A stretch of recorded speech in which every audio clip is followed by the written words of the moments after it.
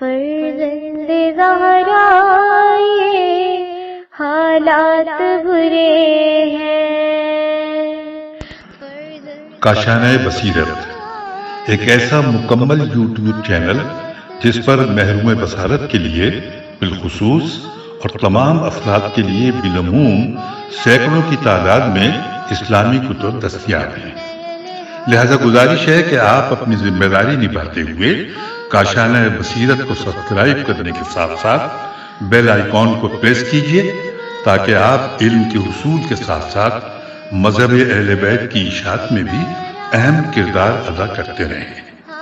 کاشانہ بصیرت۔ فرزند زہرا یہ حالات برے ہیں۔ اعوذ باللہ من الشیطان الرجیم، بسم اللہ الرحمن الرحیم۔ رب اشرح لی صدری ویسر لی امری واحلل عقدۃ من لسانی یفقہوا قولی۔ کاشانہ بصیرت کے قابل احترام سامعین، السلام علیکم ورحمۃ اللہ وبرکاتہ۔ تفسیر الکوثر جلد نمبر 1 کی ریڈنگ کا پارٹ نمبر 43۔ وَأَتِمُّوا الْحَجَّ وَالْعُمْرَةَ لِلَّهِ فَإِنْ أُحْصِرْتُمْ فَمَا اسْتَيْسَرَ مِنَ الْهَدْيِ وَلَا تَحْلِقُوا رُؤُوسَكُمْ حَتَّى يَبْلُغَ الْهَدْيُ مَحِلَّهُ فَمَنْ كَانَ مِنْكُمْ مَرِيضًا أَوْ بِهِ أَذًى مِنْ رَأْسِهِ فَفِدْيَةٌ مِنْ صِيَامٍ أَوْ صَدَقَةٍ أَوْ نُسُكٍ فَإِذَا أَمِنْتُمْ فَمَنْ تَمَتَّعَ بِالْعُمْرَةِ إِلَى الْحَجِّ فَمَا اسْتَيْسَرَ مِنَ الْهَدْيِ فَمَنْ لَمْ يَجِدْ فَصِيَامُ ثَلَاثَةِ أَيَّامٍ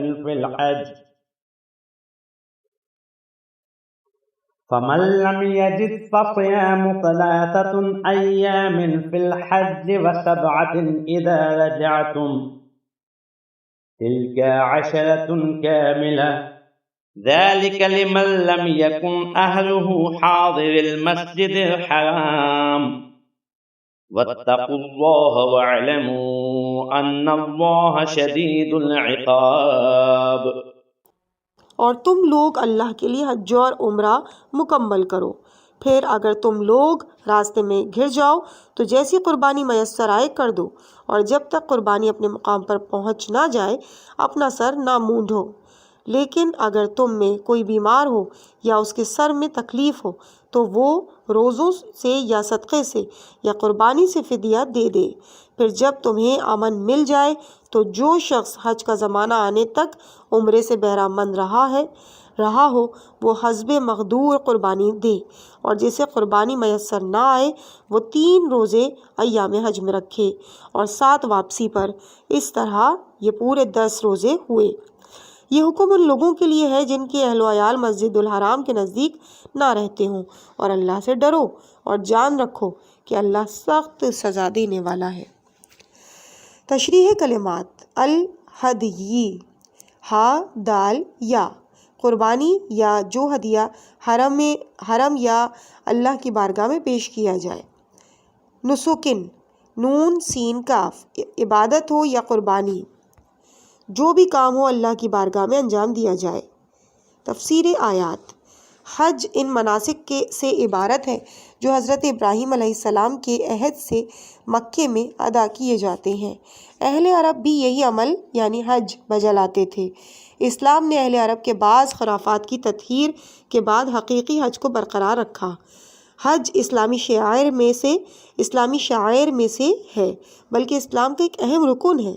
حج کی 3 قسمیں ہیں: نمبر 1 حج افراد، نمبر 2 حج قران، نمبر 3 حج تمتع۔ مکے کے باشندے حج افراد یا قران بجا لانے کے پابند ہیں، جبکہ دور سے آنے والے حج تمتع بجا لاتے ہیں۔ فقہ جعفری کے مطابق باہر سے آنے والوں کے لیے حج تمتع کے علاوہ دوسرے حج بجا لانا درست نہیں۔ حج تمتع کی خصوصیت یہ ہے کہ اس میں ایک ہی سفر میں عمرہ اور حج دونوں بجا لائے جاتے ہیں۔ یہ دور سے آنے والوں کے لیے ایک رعایت ہے جبکہ حرم کے نزدیک رہنے والوں کے لیے عمرے کی خاطر الگ سفر کرنا دشوار نہیں ہوتا۔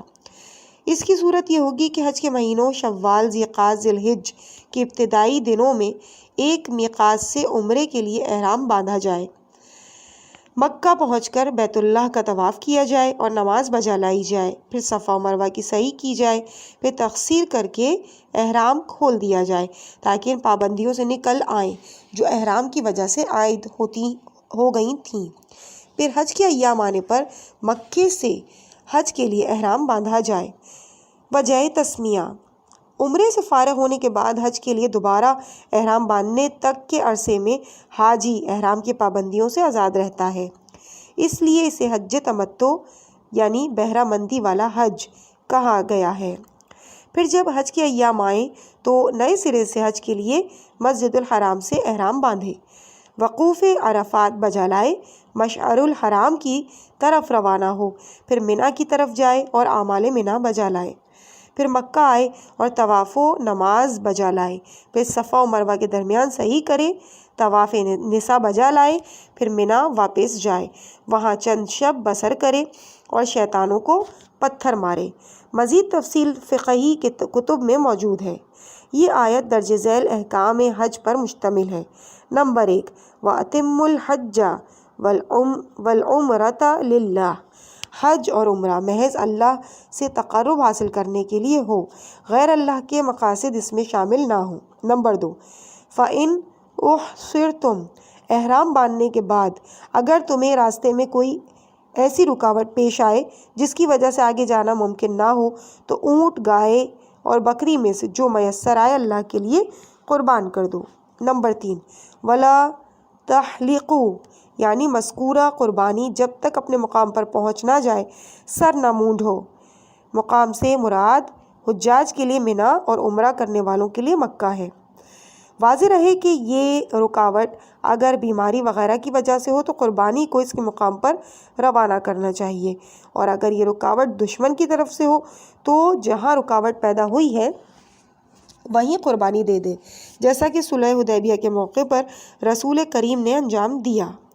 نمبر 4، فَمَنْ كَانَ مِنْكُمْ مَرِيضًا، اگر کسی بیماری یا سر میں تکلیف کی وجہ سے حاجی کے لیے اتنی دیر سر منڈوانا باعث زحمت ہو تو قربانی منی یا مکہ تک پہنچ جائے تو پہلے سر منڈوائے، لیکن وہ اس کا فدیہ روزوں سے یا صدقے سے یا قربانی سے دے۔ احادیث کے مطابق 3 دن روزہ رکھے یا 6 مسکینوں کو کھانا کھلائے یا 1 دمبے کی قربانی دے۔ نمبر 5، فَإِذَا أَمِنْتُمْ فَمَنْ تَمَتَّعَ بِالْعُمْرَةِ إِلَى الْحَجِّ، حالت امن میں عمرہ اور حج تمتع بجا لانا چاہیے تو اسے بھی اونٹ، گائے اور بکری میں سے جو بھی قربانی میسر آئے اسے اللہ کی بارگاہ میں پیش کر کے منی کے مقام پر ذبح کرنا ہوگا۔ نمبر 6، فَمَنْ لَمْ يَجِدْ، اگر وہ قربانی نہ دے سکے تو حج کے ایام میں 3 دن اور واپس جانے کے بعد 7 دن روزے رکھے۔ نمبر 7، ذَلِكَ لِمَنْ لَمْ يَكُنْ أَهْلُهُ حَاضِرِ الْمَسْجِدِ الْحَرَامِ، حج تمتع کی یہ سہولت اور رعایت صرف ان لوگوں کے لیے ہے جو مکے کے باشندے نہیں ہیں۔ بعض علماء کے نزدیک باشندہ ہونے کی حد پابندی اسی طرح سے ہے کہ جو شخص مکے سے 88 کلومیٹر سے کم فاصلے پر رہتا ہو تو وہ مسجد الحرام کے نزدیک رہنے والوں میں شمار ہوگا، اس لیے حج تمتع درست نہیں، اور اگر 88 کلومیٹر سے زیادہ فاصلے پر رہتا ہے تو وہ دور شمار ہوگا اور حج تمتع بجا لائے گا۔ اس مسئلے میں اپنے مجتہد کا فتویٰ معلوم کریں۔ نمبر 8، وَاتَّقُوا اللَّهَ وَاعْلَمُوا أَنَّ اللَّهَ شَدِيدُ الْعِقَابِ، عرب جاہلیت میں یہ خیال عام تھا کہ ایک ہی سفر میں عمرہ اور حج دونوں بجلانا بڑا جرم ہے۔ اللہ تعالیٰ نے اس فرسودہ خیال کو رد کر دیا اور دور سے آنے والوں کے لیے یہ رعایت عطا فرمائی کہ وہ حج تمتع کی صورت میں عمرہ اور حج دونوں کو ایک ہی سفر میں بجا لائیں۔ جاہلیت کی فرسودہ رسوم کو توڑنا کچھ لوگوں پر گرا گزرنے کا احتمال تھا، اس لیے خبردار کیا گیا کہ حکم خداوندی کی مخالفت کر کے اللہ کے عذاب کے مستحق نہ بنے، کیونکہ اللہ کا عقاب شدید ہے۔ حج تمتع کی مختلف صورتیں ہیں۔ نمبر 1، پہلے ہم نے پہلے بیان کیا ہے کہ حج کے مہینوں میں یہ میقات سے عمرے کا احرام باندھے اور عمرے کے اعمال بجا لائے، پھر احرام کھول لے، پھر حج کے ایام آنے پر مکے سے ازسر نو حج کا احرام باندھے۔ شیخ طوسی علیہ الرحمہ فرماتے ہیں، بلخی نے کہا ہے کہ حضرت عمر نے اس سے منع کیا تھا۔ ان کا یہ قول عہد رسالت میں 2 متع موجود تھے، لیکن میں ان دونوں سے منع کرتا ہوں اور ان کا ارتکاب پر سزا دوں گا، ایک عورتوں کے ساتھ متع اور دوسرا حج کا متع۔ اس کا ریفرنس ہے تفسیر کبیر فخر الدین رازی جلد اول صفحہ 167۔ نمبر 2، حج تمتع کی ایک صورت یہ ہے کہ انسان حج کے لیے احرام باندھے، بعد میں اسے عمرے میں بدل دے، پھر حج کے ایام آنے تک احرام کھول لے۔ شیخ طوسی علیہ الرحمہ فرماتے ہیں، ہمارے نزدیک یہ عمل جائز ہے اور روایت میں مذکور ہے کہ یہ عمل اصحاب رسول صلی اللہ علیہ وآلہ وسلم کے لیے جائز قرار دیا گیا تھا۔ کہتے ہیں کہ حضرت عمر نے اسی حج تمتع سے منع کیا تھا۔ حضرت عمر نے ان الفاظ میں حج تمتع کو ممنوع قرار دیا، اپنے حج اور عمرے کے درمیان فاصلہ ڈالو، اس میں تمہارے حج کی تکمیل ہے اور عمرے کی تکمیل اس میں ہے کہ یہ حج کے مہینوں میں نہ ہو۔ اس کا ریفرنس ہے موطا میم واو تو الف جلد 1 صفحہ 252، سنن بہقی جلد 5 صفحہ 5۔ نمبر 1، چنانچہ صحیح بخاری اور صحیح مسلم میں عمران ابن حسین کی یہ روایت مشہور ہے کہ مسلم کے الفاظ یہ ہیں، کتاب خدا میں تمتع کی آیت نازل ہوئی، ہم نے رسول خدا صلی اللہ علیہ وآلہ وسلم کی معیت میں اس پر عمل کیا، پھر نہ کوئی قرآن ایسا نازل ہوا جو اسے حرام کرے اور نہ ہی رسول نے اس سے منع فرمایا، یہاں تک کہ آپ کا وصال ہو گیا۔ اس ایک شخص نے اپنی رائے سے جو چاہا کہہ دیا۔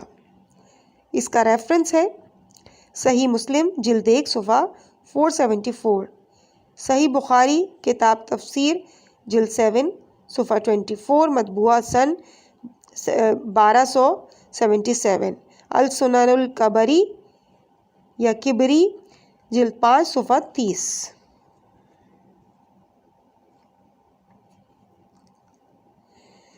نمبر 2، عمران ابن حسین اپنی موت کے نزدیک مطرف سے کہتے ہیں، میں تجھ سے ایک حدیث بیان کروں، میرے بعد تیرے لیے مفید ہوگی، اگر میں زندہ رہا تو اسے پوشیدہ رکھو، میرے مرنے کے بعد چاہو تو تم بیان کرو۔ یاد رکھو رسول اللہ حج اور عمرہ ایک ساتھ بجا لائے، پھر اس بارے میں نہ اللہ کی کتاب میں کوئی بات نازل ہوئی نہ اللہ کے نبی نے اس سے منع فرمایا۔ ایک شخص نے اپنی رائے سے جو چاہا کہہ دیا۔ اس کا ریفرنس ہے صحیح مسلم جلد 1 صفحہ 474، مسند احمد جلد 4 صفحہ 428، سنن نسائی جلد 5 صفحہ 149۔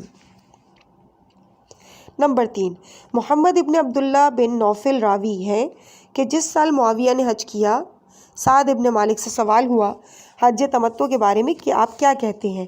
انہوں نے کہا بہت بہتر اور خوبصورت ہے۔ کہا گیا عمر نے منع کیا تھا، کیا آپ عمر سے بہتر ہیں؟ کہا عمر مجھ سے بہتر ہے، لیکن یہ عمل رسول اللہ صلی اللہ علیہ وآلہ وسلم نے انجام دیا ہے جو عمر سے بہتر ہے۔ ریفرنس سنن دارمی جلد 2 صفحہ 35۔ نمبر 4، محمد ابن عبداللہ سعد ابن ابی وقاص اور ضحاک کا مکالمہ سن رہے تھے۔ یہ اس سال کا ذکر ہے کہ جس میں معاویہ نے حج کیا تھا۔ موضوع مکالمہ عمرے کے ساتھ حج تمتع کرنا تھا۔ اب یہاں پہ گفتگو ہے۔ ضحاک، یہ عمل وہ کر سکتا ہے جو اللہ کے حکم کا جاہل ہو۔ سعد، بری بات کر دی میرے بھائی کے لال۔ ضحاک، عمر ابن خطاب نے اس سے منع کیا تھا۔ سعد، رسول اللہ نے اسے انجام دیا اور ہم نے بھی۔ ریفرنس صحیح الترمذی جلد 1 صفحہ 157، سنن نسائی جلد 5 صفحہ 52، سنن بہقی جلد 5 صفحہ 17، الموتى جلد 1 صفحہ 48۔ نمبر 5،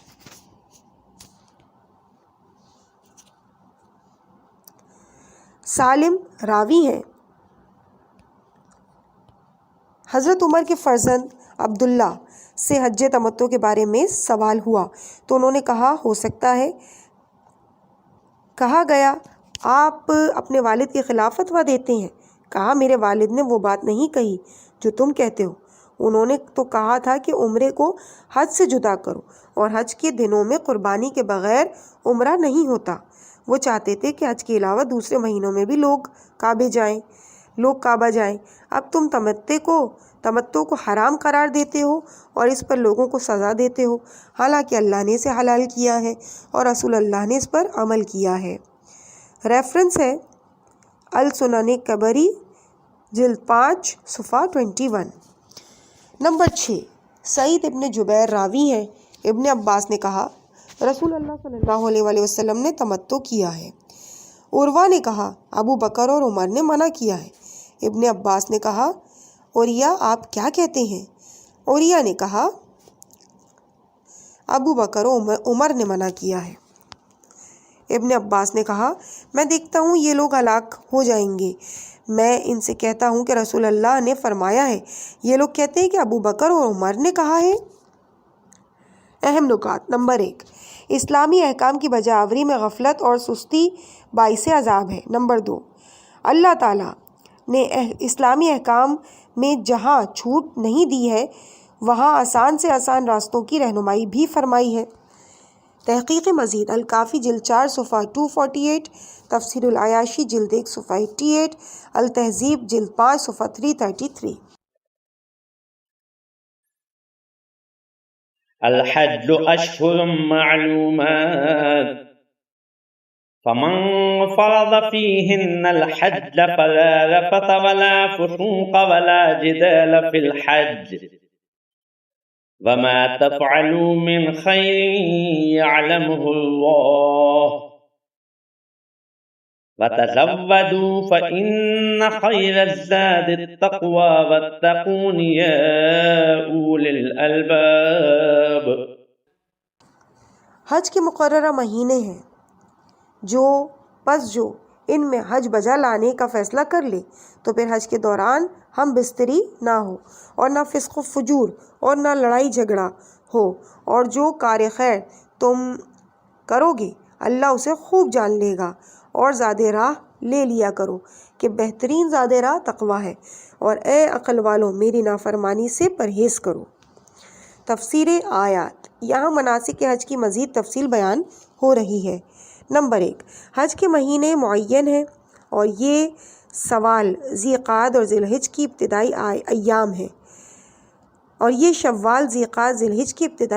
ہیں، ان مہینوں میں حج اور عمرہ تمتع بجا لانے کے لیے احرام باندھا جا سکتا ہے۔ ان کے علاوہ دوسرے مہینوں میں صرف عمرہ مفردہ کے لیے احرام باندھا جاتا ہے۔ نمبر 2، حج کے لیے احرام باندھنے کے بعد عائد ہونے والی پابندیوں کا ذکر ہے، جن میں سر فہرست جنسی ملاپ ہے، یعنی احرام کی حالت میں نہ فقط ہم بستری ممنوع ہے بلکہ یہ شہوانی قول و فعل حرام ہے، بلکہ ہر شہوانی قول و فعل حرام ہے۔ نمبر 3، فسوق حرام ہے، ہر قسم کے حرام چیزوں کا ارتکاب فسوق ہے، اگرچہ یہ حج کے علاوہ بھی حرام ہے لیکن حج کے دنوں میں اس کی حرمت میں زیادہ شدت آ جاتی ہے۔ نمبر 4، جدال، نزاع اور جھگڑا، فقہی ابواب میں اس سے مراد قسم کھانا ہے، خواہ وہ سچی قسم ہی کیوں نہ ہو۔ جاہلیت میں لوگ حج بیت اللہ کے لیے آتے تو بڑے بازار لگاتے، ان میں بیٹھ کر ایک دوسرے سے فخر و مباحثات کرتے اور ایک دوسرے کو برے القاب کے ساتھ یاد کرتے تھے۔ اس طرح حج کی عبادت لڑائی جھگڑے میں بدل جاتی تھی۔ اس قسم کی ممکنہ باتوں کے سدباب کے لیے اسلامی حج میں ان سب امور پر پابندی عائد کر دی گئی۔ نمبر 5، اگرچہ اللہ تعالیٰ ہر بات کا علم رکھتا ہے لیکن خصوصی طور پر فرمانا کہ جو کار خیر تم بجا لاتے ہو اللہ کو اس کا علم ہے، عمل خیر کی ترغیب اور یہ بتانے کے لیے ہے کہ جب بھی کوئی عمل خیر انجام دو تو یہ عقیدہ ذہن میں رکھو کہ یہ عمل اللہ کے حضور انجام پا رہا ہے، کیونکہ اس کی ذات ہر وقت اور ہر جگہ حاضر و ناظر ہے۔ یہ عقیدہ عمل صالح کی ترغیب اور عمل بد سے اجتناب کے لیے بے حد مؤثر ہے۔ نمبر 6، وَتَزَوَّدُوا، زاد راہ مہیا کرو کہ بہترین زاد راہ تقویٰ ہے۔ یعنی اگر حج کے مختصر سفر کے لیے زاد راہ کی ضرورت پیش آتی ہے تو آخرت کے طویل اور لامحدود سفر کے لیے زاد راہ کتنا ضروری ہوگا، اور اس کے لیے بہترین زاد راہ تقویٰ ہے۔ احادیث مروی ہے کہ حضرت امام محمد باقر و امام جعفر صادق علیہم السلام نے وَأَتِمُّ الْحَجَّ وَالْعُمْرَةَ لِلَّهِ میں حج کو مکمل کرنے کے سلسلے میں فرمایا، حج اور عمرے کو مکمل کرنے سے مراد یہ ہے کہ انسان جنسی عمل انجام نہ دے، فسق و فجور کا ارتکاب اور جھگڑا نہ کرے۔ میقاتوں کے اندر مکے تک مسجد الحرام کے نزدیک والے ہیں اور ان کے لیے حج تمتع صحیح نہیں ہے۔ ریفرنس التہذیب جلد 5 صفحہ 33۔ اہم نکات: حج خواہشات پر قابو پانے اور اخلاقیات کی رعایت کرنے کی تربیت گاہ ہے۔ تحقیق مزید: الکافی جلد 4 صفحہ 289 اور صفحہ 337، الفقی جلد 2 صفحہ 328، التہذیب جلد 5 صفحہ 296، الوسائل جلد 11 صفحہ 28۔ ليس عليكم جناح أن تبتغوا فضلا من ربكم فإذا أفضتم من عرفات فاذكروا الله عند المشعر الحرام واذكروه كما هداكم وإن كنتم من قبله لمن الضالين۔ تم پر کوئی مضائقہ نہیں کہ تم اپنے رب کا فضل تلاش کرو، پھر جب تم عرفات سے چلو تو مشعر الحرام مزدلفہ کے پاس اللہ کو یاد کرو، اور اللہ کو اس طرح یاد کرو جس طرح اس نے تمہاری رہنمائی کی ہے، حالانکہ اس سے پہلے تم راہ گمراہ کیے ہوئے تھے۔ تشریح کلمات: افضتم، فا یا ضاد، چلنا، روانہ ہونا، بہنا۔ عرفات، عین را فا، اس مقام کا نام ہے جہاں 9 ذی الحجہ کو حجاج ٹھہرتے ہیں۔ عرفات کی وجہ تسمیہ میں کئی احتمالات ہیں۔ اول یہ کہ حضرت ابراہیم علیہ السلام کو یہاں اپنے خواب کی صداقت کی معرفت حاصل ہوئی۔ دوم یہ کہ جبرائیل علیہ السلام نے اس مقدس مقام کا تعارف کرایا۔ سوم یہ کہ یہاں آ کر انسان اللہ کی جلالت و عظمت کی معرفت حاصل کرتا ہے۔ تفسیر آیات: نمبر 1، ایام جاہلیت میں عربوں نے حج کو ایک تاجرانہ عمل بنا کر رکھا ہوا تھا۔ وہ ان دنوں بڑے بڑے بازار لگاتے تھے، چنانچہ جب اللہ کا یہ فرمان نازل ہوا فَإِنَّ خَيْرَ الزَّادِ التَّقْوَىٰ، تو مسلمانوں کے ذہن میں اس خیال کا آنا قرین قیاس تھا کہ دنیاوی و مادی امور کے لیے جدوجہد کرنا اعمال حج کے لیے منافی ہے۔ یہ خیال دور کرنے کے لیے ارشاد ہوا کہ اللہ کا فضل تلاش کرنے میں کوئی مضائقہ نہیں ہے اور یہ حج کے منافی بھی نہیں ہے۔ اس اعتبار سے ایام حج میں کسب حلال کا عمل حج کے منافی نہیں، بلکہ حج کی طرح روزی کمانا بھی عبادت ہے۔ واضح رہے کہ احادیث کے مطابق فضل سے مراد کسب حلال ہے۔ نمبر 2، عرفات سے روانہ ہونے کی حکم سے یہ بات از خود واضح ہو جاتی ہے کہ حج کا ایک اہم جزو عرفات میں ٹھہرنا ہے، کیونکہ روانگی قیام کے بعد ہی محقق ہوتی ہے۔ نمبر 3، مشعر الحرام کے پاس اللہ کو یاد کرنے کے حکم سے بھی مزدلفہ میں ٹھہرنے کا حکم واضح ہو جاتا ہے۔ تحقیق مزید: الکافی جلد 4 صفحہ 467، جلد 8 صفحہ 144، التہذیب جلد 5 صفحہ 456، الوسائل جلد 13 صفحہ 53۔ ثم أفيضوا من حيث أفاض الناس واستغفروا الله إن الله غفور رحيم۔ پھر جہاں سے لوگ روانہ ہوتے ہیں تم بھی روانہ ہو جاؤ اور اللہ سے معافی مانگو، یقیناً اللہ بڑا معاف کرنے والا رحم کرنے والا ہے۔ تفسیر آیات۔ قریش کا یہ زوم عام ہو گیا تھا کہ وہ اولاد اسماعیل ہونے کی بنا پر اہل حرم ہیں اور ان کا مرتبہ دوسروں سے کہیں بلند ہے۔ وہ عام لوگوں کے ساتھ عرفات تک جانے کو اپنی شان کے خلاف سمجھتے تھے، چونکہ عرفات حدود حرم سے باہر ہے، لہٰذا وہ مزدلفہ سے واپس آ جاتے تھے، جبکہ دوسرے لوگ عرفات تک جاتے تھے۔ اس امتیازی گھمنڈ کو مٹانے کے لیے یہ حکم آیا کہ سب ایک ہی انداز سے حج کریں اور سب پر عرفات تک جانا ضروری ہے اور گزشتہ غلطیوں کے لیے استغفار کرنا چاہیے۔ ہیڈنگ: اہم نکات۔ نمبر 1، حج درس مساوات ہے۔ نمبر 2، اسلام کی فداکار اور معصوم ہستیوں، ان کی جد و جہد اور یادگار مقامات کے احترام کا عملی درس حج سے ملتا ہے۔ فَإِذَا قَضَيْتُم مَّنَاسِكَكُمْ فَاذْكُرُوا اللَّهَ كَذِكْرِكُمْ آبَاءَكُمْ أَوْ أَشَدَّ ذِكْرًا فَمِنَ النَّاسِ مَن يَقُولُ رَبَّنَا آتِنَا فِي الدُّنْيَا وَمَا لَهُ فِي الْآخِرَةِ مِنْ خَلَاقٍ۔ پھر جب تم حج کے اعمال بجا لا چکو تو اللہ کو اس طرح یاد کرو جس طرح تم اپنے آبا و اجداد کو یاد کیا کرتے ہو، یا اس سے بھی زیادہ۔ پس لوگوں میں کوئی ایسا بھی ہے جو کہتا ہے ہمارے رب ہمیں دنیا ہی میں سب کچھ دے دے، اور ایسے شخص کے لیے آخرت میں کوئی حصہ نہیں۔ تشریح کلمات۔ خلاقن، نصیب، حصہ۔ تفسیر آیات۔ نمبر 1، دور جاہلیت میں عرب اعمال حج سے فراغت کے بعد جلسے منعقد کرتے، ایک دوسرے پہ فخر و مباحثات کرتے اور آبا و اجداد کے کارنامے بیان کیا کرتے۔ اس آیت میں جاہلانہ رسوم ختم کر کے اپنے آبا و اجداد کے ذکر کی طرح ذکر خدا کا حکم دیا گیا۔ نمبر 2، ذکر خدا اور اللہ کی بارگاہ میں دعا کے آداب یہ نہیں کہ انسان اللہ سے صرف دنیا طلب کرے جو وقتی اور زائل ہونے والی چیز ہے۔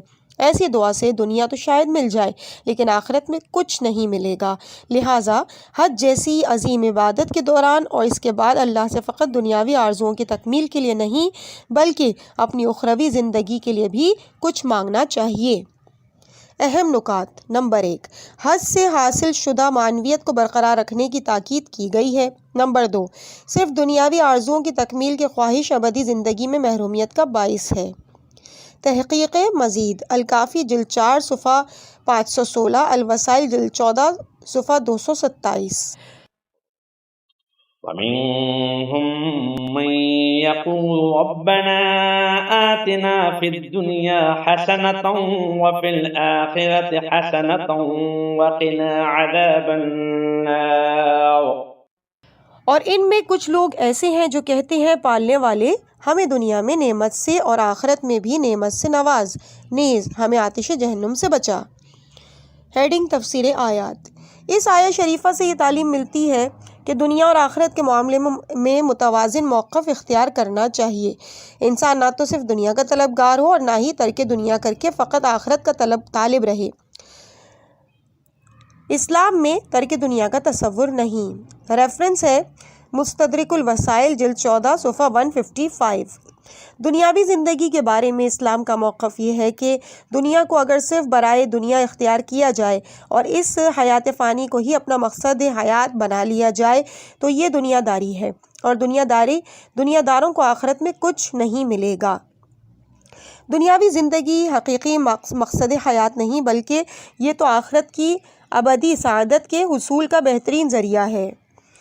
الدنیا مزرعۃ الآخرہ، دنیا آخرت کی کھیتی ہے۔ حدیث نبوی اوالیہ الاعلیٰ جلد 1 کا صفحہ نمبر 267۔ اس صورت میں یہ دنیاوی زندگی نہایت مقدس ہوگی اور اس زندگی کے لیے کی جانے والی ہر محنت اور کوشش عبادت شمار ہوگی۔ گزشتہ دونوں آیات کے لب و لہجے سے بھی یہ معلوم ہوتا ہے جہاں پر لوگ صرف دنیا کے طالب ہیں وہاں ان کے عمل کے لیے لفظ حسنتاً استعمال نہیں فرمایا، لیکن جہاں یہ لوگ دنیا کے ساتھ آخرت کے بھی طالب ہیں وہاں دنیاوی عمل کے لیے بھی لفظ حسنتا استعمال فرمایا۔ جس طرح آخرت کے لیے حسنتاً کا لفظ استعمال فرمایا ہے۔ اہم نکات: نمبر 1، جو لوگ دنیا میں الہی نعمات سے سرشار ہو کر اللہ تعالیٰ کے شکر گزار ہوں گے وہی لوگ اخروی نعمتوں کے امیدوار رہنے کے حقدار ہیں۔ تحقیق مزید، الکافی جلد 4 صفحہ 406 اور 521، الفقی جلد 3 صفحہ 156۔ أولئك لهم نصيب مما كسبوا والله سريع الحساب۔ ایسے لوگ اپنی کمائی کا حصہ پائیں گے اور اللہ بلا تاخیر حساب چکا دینے والا ہے۔ تفسیر آیات: نمبر 1، دنیا پرستوں کے لیے فرمایا وَمَا لَهُ فِي الْآخِرَةِ مِنْ خَلَاقٍ، ایسے لوگوں کا آخرت میں کوئی حصہ نہیں، اور دنیا اور آخرت دونوں میں توازن برقرار رکھنے والوں کے لیے فرمایا لَهُمْ نَصِيبٌ مِّمَّا كَسَبُوا، انہیں اپنی کمائی کا حصہ ملے گا۔ ان کی کوئی کمائی چاہے وہ دنیاوی ہو یا اخروی رائے گاہ نہیں جائے گی۔ نمبر 2، سریع الحساب، یہ لفظ اللہ تعالیٰ کی اسماء حسنہ میں سے ہے، یعنی اللہ تعالیٰ بڑی سرعت سے حساب چکانے والا ہے، کیونکہ اس کے لیے اسے کسی زمانے کی ضرورت نہیں ہوتی۔ وہ چشم زدن میں کائنات کا حساب لے سکتا ہے، وہ زمان اور زمانیت سے ماورا ہے۔ اہم نکات: نمبر 1، جو لوگ صرف دنیا مانگتے ہیں ان کے لیے آخرت میں کوئی حصہ نہیں، لیکن جو لوگ صرف آخرت مانگتے ہیں اللہ انہیں دنیا بھی دیتا ہے۔ لہم نصیب مما کسبوا۔ عزیز سامعین، اس مقام پہ ہم ریڈنگ کے اس پارٹ کو یہیں روکتے ہیں۔ مجھے اپنی دعاؤں میں یاد رکھیے گا۔ والسلام علیکم ورحمۃ اللہ۔